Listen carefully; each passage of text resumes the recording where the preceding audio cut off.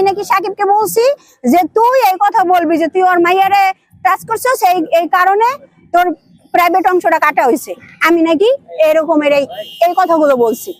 এখন আমি একটু আপনাদেরকে দেখাই, যেই মেয়েটার কারণে এই সাহসটা পাইছে সাকিব, মানে যার কারণে আমাকে নিয়ে এই কথাগুলো বলছে, আমি যে এতগুলো সাহায্য করছি, এই সাহায্যগুলো করার পরে আমাকে নিয়ে এই কথাগুলো বলছে, সেটাই তো আমি শুনাই। ওই মেয়েটার বিষয়ে একটু শোনেন আপনারা। মোবাইলে তো ধরতেই হবে, পিছনে যা হয়েছে ওগুলো বাদ। ওই দিন যে কথাটা হয়েছে, দেখেন আমি অনেকবার ওরে কল দিয়েছিলাম, কল দেওয়ার পরে এই যে শুনেন, প্রথম কে শুনবে, এই যে হ্যাঁ, তুই শেফালিয়াপুর একটু পাঠাইতে পারস না? এখানে অপারেশন চলতেছে, উনি তো মেডিকেলের মানুষ, থাকলে তো ভালো হয় না?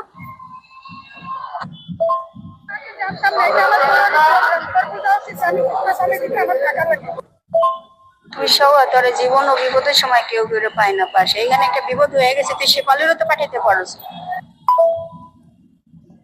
এখন মূল কাহিনীটা শুনেন।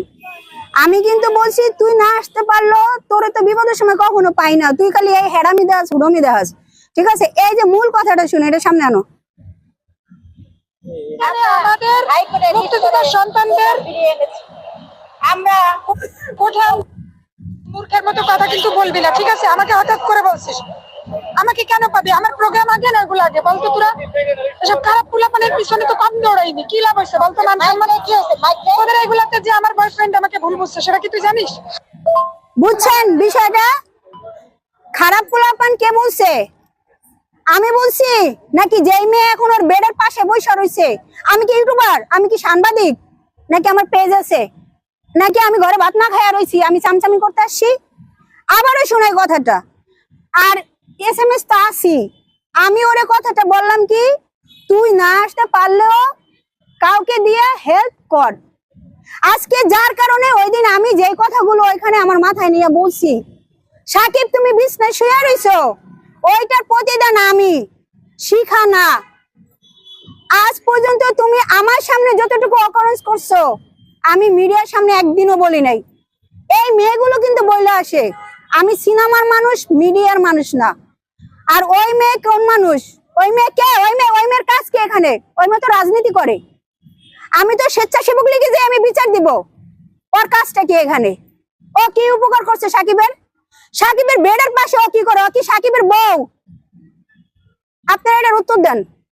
আমি যে এত কিছু করছি, আমি তো বেডের পাশে বসে কোনো কথা বলি নাই। আমি তো কাউকে বলি নাই তুমি 2 টাকা দিয়ে একটা জামা কিনে দিলেই কি তোমার হয়ে গেল?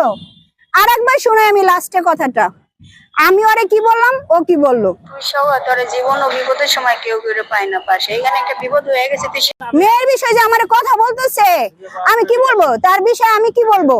আমি বলার, আমি কি জজ? আমি আরেকটা কথা প্রশ্ন করছি। আপনি বারবার বলতেছিলেন যেই মেয়েটি এখন তার পাশে দাঁড়িয়েছেন এবং তাকে নিয়ে কথা বলছেন, তাকে আপনি আসলে ফোন দিয়েছিলেন, ফোনে কিন্তু সাকিবের বিরুদ্ধেই কথা বলছে। তাকে কি বলেছিল? এই কথাটাই আমি আপনাদেরকে শোনাই।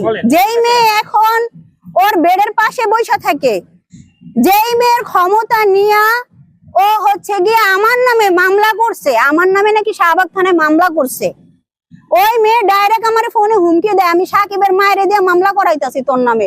সাকিবের মায় নাকি দেখছে আমি নাকি সাকিবের মারছি ওই জায়গার ভিতরে, মায়ের